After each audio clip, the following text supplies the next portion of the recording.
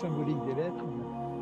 Donc, là, on va aborder de façon un peu plus concrète deux lettres. Donc, le bet et le kaf. Le bet, vous avez beaucoup de choses sur le site Cabale Existentielle. D'accord. Vous avez une vidéo que vous pouvez revoir et réécouter. Ce qui me semble important, c'est d'abord le sens premier du mot bête, c'est bait, la maison. D'accord. Et dans cette forme-là du bait, bet yud tav, ce qui me semble important aussi, c'est de voir que c'est bat, le féminin, qui contient en elle le yud. Et le yud qui représente on va dire l'étincelle divine, la particule divine. Donc c'est comme si le féminin, la maison, le monde, est enceinte de Dieu. C'est pas mal comme idée. Il faut accoucher de Dieu, quoi. Et qui est-ce qui va accoucher de Dieu? C'est nous. Donc les gynécologues, c'est l'humain qui doit essayer de faire ressortir ce yod qui est dans le bête, dans la maison, mais dans toute chose aussi. Sachez que le yod fait toutes les lettres et s'accroche sur un yod. Je ne peux pas faire mon dessin, mais vous prenez n'importe quelle lettre, mais ici un kaf par exemple, je montre comme ça ici, là. Vous voyez? Toujours une qui s'accroche, quoi. Donc, alors on a parlé aussi du aleph qui est caché, qui ne voit pas, on ne sait pas trop où il est, mais c'est vrai que si je mets le bête à côté du aleph à côté du bête, on a le premier mot qui veut dire Ave le Père. Donc les deux premières lettres forment déjà le mot Père, hein, la notion de créateur.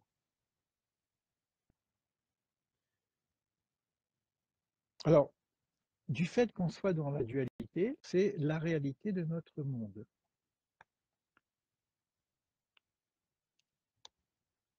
Ce monde ne peut pas tenir sur la notion de simplement l'unité.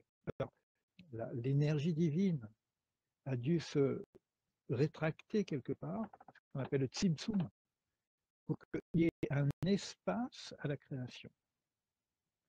Donc on est bien dans la notion d'existence. Qui dit existence dit espace. Et le bête, c'est comme quelque part l'espace du monde. Et cet espace du monde, il est dans l'espace divin. Puisque la lumière qui universelle, la lumière première, qui est inaccessible, qui va entourer le monde quelque part, mais elle va revenir dans le monde, on verra après quand on parle un petit peu de Kabbale, elle va revenir dans le monde par ce qu'on appelle le Kav, un fin rayon, pour faire les formes de ce monde.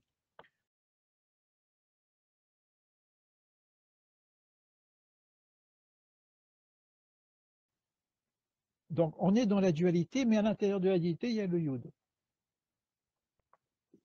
Il y a quand même cette notion d'unité. Alors c'est la première lettre qui forme le mot Bereshit, et on peut dire que dans le mot Bereshit, tout est dedans. On va traduire Bereshit par Barashit, par Créasis. Créasis, c'est 6 jours de la création.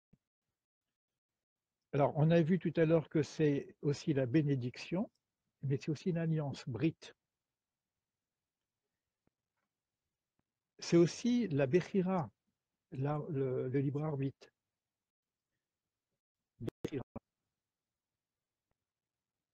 Je mettrai après sur les textes. Normalement, vous devez les avoir dans le texte que j'ai mis sur Internet. Je regarde s'il y a des choses que j'aurais pu ne pas dire. Donc l'homme qui sera créé plus tard, il va porter en lui cette bénédiction, mais il va être construit sur la notion de liberté. Bonnet, c'est construire, hein, Livnot, la Bina, mais aussi c'est aussi le discernement, Bina au niveau des séphirotes. Bonnet, c'est construit.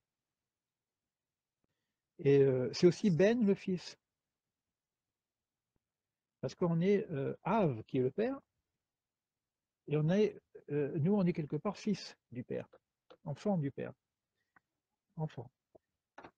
Et dans la Bible, dans un texte biblique, en tout cas dans une prière, on dit Al tikre banair et la bonair. Ne dis pas mes enfants, mais mes constructeurs. La notion de fils, c'est la notion de constructeur. Donc on a un lien tout de suite entre bonnet, construire, ben, fils, banair, mes enfants, bonair, mes constructeurs. C'est-à-dire que l'homme, il arrive dans ce monde, et quelque part, il est constructeur. Bah, et le monde, il n'est pas fini alors, puisqu'il doit le construire. Mais le vrai monde, c'est lui-même. Le vrai monde, c'est l'homme. L'homme, c'est un microcosme du monde. Donc finalement, quand tu dis mes constructeurs de quoi? Du monde, mais quel monde? Toi, moi, nous. On doit se construire, on doit s'enfanter quelque part. D'ailleurs, quand tu dis bara, le mot bara créé, on peut lire bar aleph. Bar, ça veut dire fils aussi. Et ça va répondre un peu à Fabienne, parce que Fabienne ne veut pas lâcher le aleph. Et bar aleph, c'est quoi? C'est fils du aleph.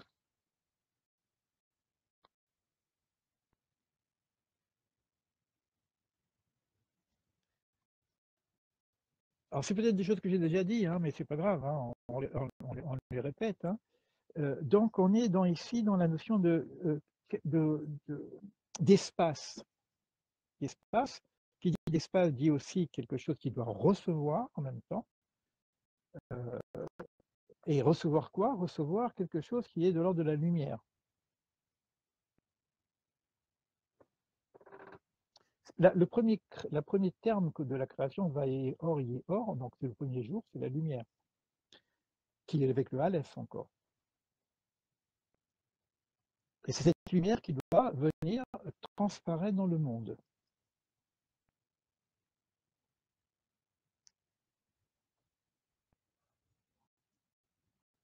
Dans Bereshit, on a déjà le mot Bait.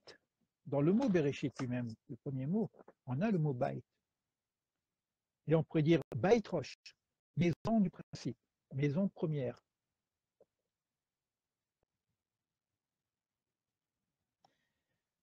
Ça, je l'ai dit, mais je crois que c'est intéressant de le dire là maintenant parce que par rapport au CAF qu'on va voir tout à l'heure, Byte, comme on a vu tout à l'heure que chaque lettre c'est un nombre, byte ça fait bête, yud et tav. Le bête c'est 2, le yud c'est 10, le tav c'est 400, ça fait 412. Si je rajoute à 412 et 32 voix de la sagesse qu'on a vu tout à l'heure, ça fait 444. Et ça fait Mikdash, le temple. Donc quelque part, ça veut dire qu'on doit faire de ce monde une résidence divine. Et si ce monde c'est moi-même, je dois être moi-même une résidence divine. D'ailleurs, c'est dit dans le texte, construisez-moi un temple afin que je réside en vous. Ce n'est pas dit que je réside dans le temple. D'accord? Je ne peux pas tout dire sur le bête parce que ça serait encore des répétitions. Moi, ce qui m'intéresse, par rapport à ce que vous avez pu lire, connaître, vu, après je regarderai un petit peu d'autres textes, il y a des nouveautés dans ce qu'on nous dit sur le bête. Ce qui m'intéresse, c'est le rapport que j'ai avec le bête. C'est le rapport que j'ai avec la maison, avec l'espace. Qu'est-ce que je fais de l'espace? Alors l'espace est ce monde, mais c'est aussi ma maison. C'est aussi un temple. Beit Midrash.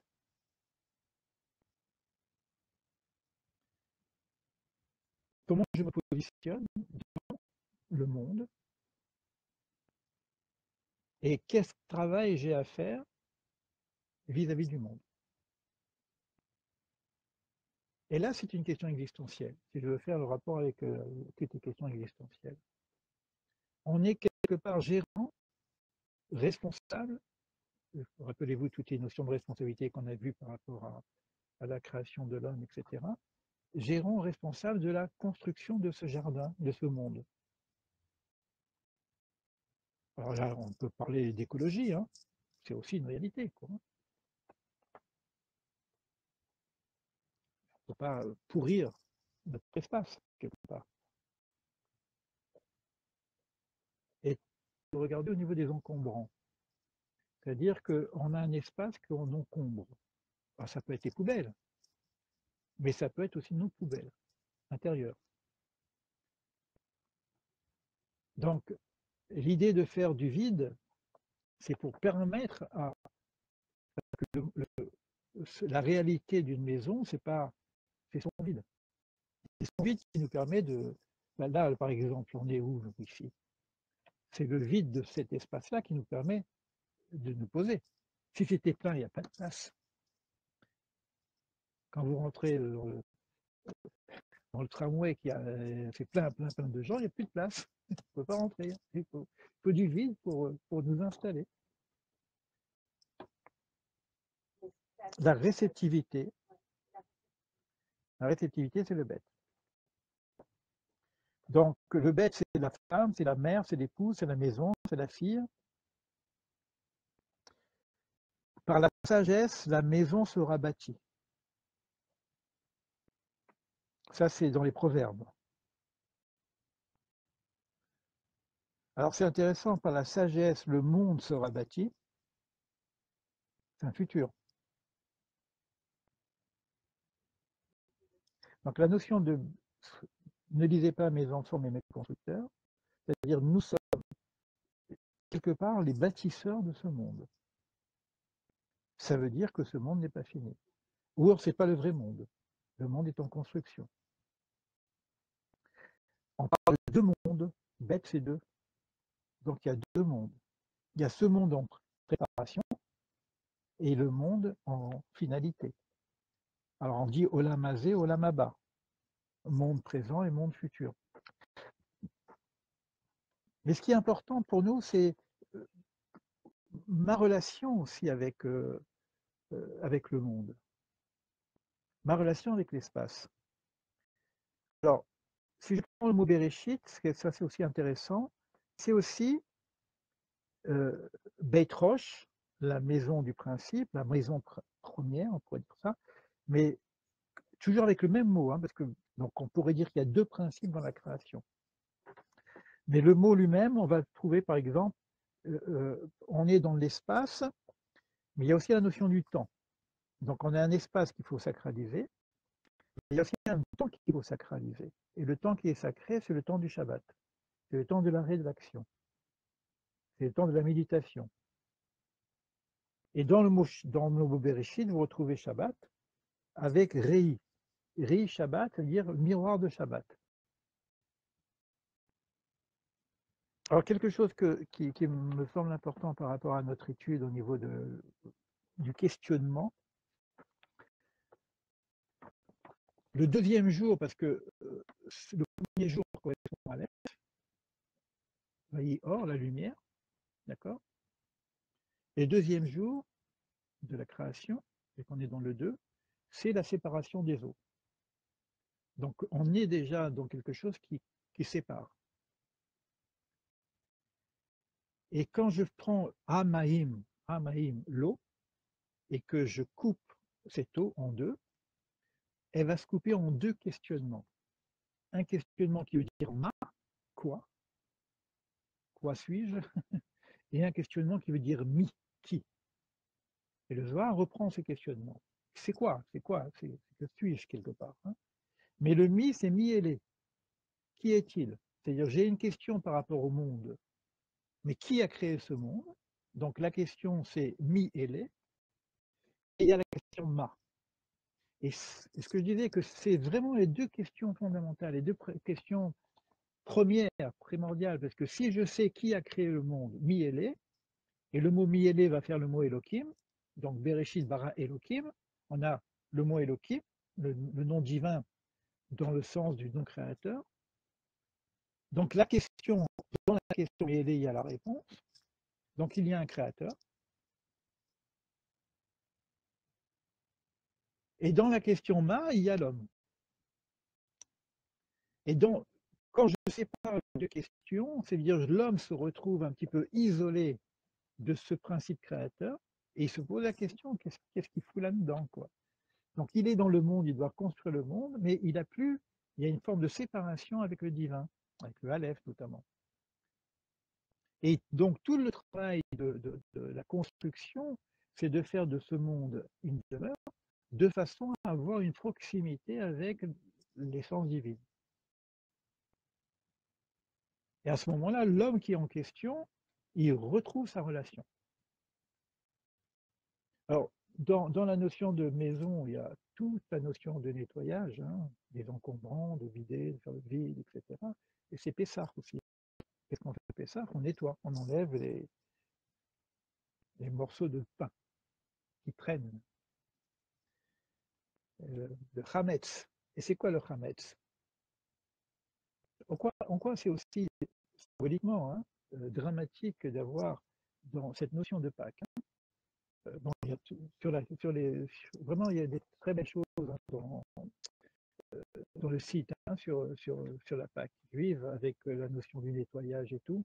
Donc, dans le site, toujours le même site, il y a un truc sur les fêtes et il y a aussi plusieurs vidéos sur Pâques. Et je fais le rapport. Bon, là, on va parler du Hametz. Le Hametz, c'est quoi? C'est ce qu'on appelle la pâte qui gonfle. Alors, c'est quoi gonfler? C'est prendre beaucoup de place.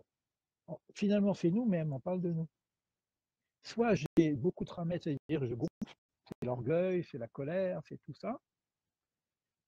Soit mon ego, je le rapetissis un petit peu. D'accord? Donc, on est dans la relation avec l'humilité. C'est-à-dire que si ma demeure, c'est moi-même, mais s'il y a trop de moi-même dans moi-même, ben, il n'y a pas de place pour l'autre. Donc, il n'y a pas de place pour le divin. Et le vrai travail des encombrants, c'est bien sûr les encombrants extérieurs, mais il y a aussi les encombrants intérieurs. Et le plus gros encombrant, c'est moi. C'est moi qui prends toute la place. Je prends la place de moi. Et moi, je deviens moi, donc je deviens rien. Ani, je l'inverse, ça fait Ain, rien. C'est-à-dire, je dois prendre ce moi, je dois l'inverser pour en faire un rien. Et si je fais un rien de moi-même, à ce moment, le Ein Sof, la lumière Ein Sof, la lumière divine, peut s'installer parce qu'il y a de la place. Mais s'il y a trop de moi dans moi, ben, il n'y a pas de place pour l'autre.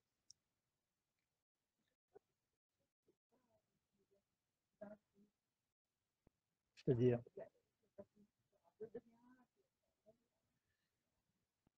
ça c'est la liberté, c'est le problème de liberté, parce que le moi, il a aussi son existence. Et l'idée, c'est pas de l'annihiler non plus. Il y a cette idée un petit peu hindouiste d'enlever complètement l'ego, tu vois, de plus, etc. Ein, c'est pas rien. Ça se traduit rien, mais c'est quelque chose, c'est la lumière infinie.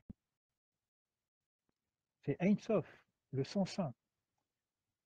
Donc c'est trouver la dimension infinie dans mon fini. Ani, c'est le fini. Le Ein, c'est l'infini. Donc c'est. Alors, l'ego, lui, peut-être, pourquoi il revient? Peut-être qu'on lui en demande trop. Si on lui demande fous le camp, t'existes pas, ben, il dit non, j'existe. Et puis quand tu vas rester sans manger, tu vas manger. Donc quand tu manges, c'est que tu nourris ton corps, tu nourris ton ego, tu nourris ta personne. Donc on a tous un côté existentiel, avec nos besoins existentiels qui ont leur raison d'être. Tout le problème, c'est l'équilibre entre l'existence et l'essence, encore une fois. C'est-à-dire, je ne vais pas annihiler complètement l'existence. L'idée, par exemple, il n'y a pas dans notre tradition d'anéantissement total de l'être. Chose qui est dans l'hindouisme. Tu fonds dans la grande, tu es une goutte d'eau dans l'océan, et ben, tu disparais en tant que goutte, tu rentres dans l'océan, et puis l'océan, ben, tu es l'océan, tu n'es plus rien. Alors que là, il y a toujours une séparation. Il y a ce qu'on appelle, on s'appelle des êtres séparés. C'est-à-dire qu'on on ne va pas fondre complètement dans la lumière divine, parce que dans ce cas-là, on disparaît. Sinon, il n'y a pas de sens à la création. S'il y a un projet de création, c'est qu'il y a un projet d'existence de la créature. Mais donc, on appelle ça la dzékout. C'est-à-dire que l'objectif, c'est le rapprochement. La dzékout, c'est comme si on est collé au divin. Donc, tout à l'heure, on a parlé du korban, du sacrifice. Korban, c'est un sacrifice qui veut dire rapprochement, mais ce n'est pas une mort. Donc, il y a une forme de sacrifice du moi pour se rapprocher vers cet infini qui est en lui-même, mais tout en existant quand même. Donc, il y a la notion que poussière tu es, poussière tu retourneras. Donc, c'est un terme qui existe, hein, et qui donnera tes comptes à la fin. Donc, ce n'est pas la poussière qui donne des comptes. Donc, il y a bien quelque chose qui persiste encore après la mort, puisqu'il y a un cheshbon, un compte de ce que j'ai vécu, donc il est comme de bilan de vie que j'ai vécu dans ce monde après la mort, après la poussière. Après la poussière, il y a le compte. Donc, je ne fais pas le compte de la poussière. Donc, il y a quelque chose d'autre qui existe. Alors, ce quelque chose d'autre qui existe, il est en rapport un peu avec ce qu'on a dit tout à l'heure, avec les niveaux de l'âme, hein, Nefesh, Neshama, tout ça. Donc, il y a quelque chose qui va perdurer dans l'être, mais voilà,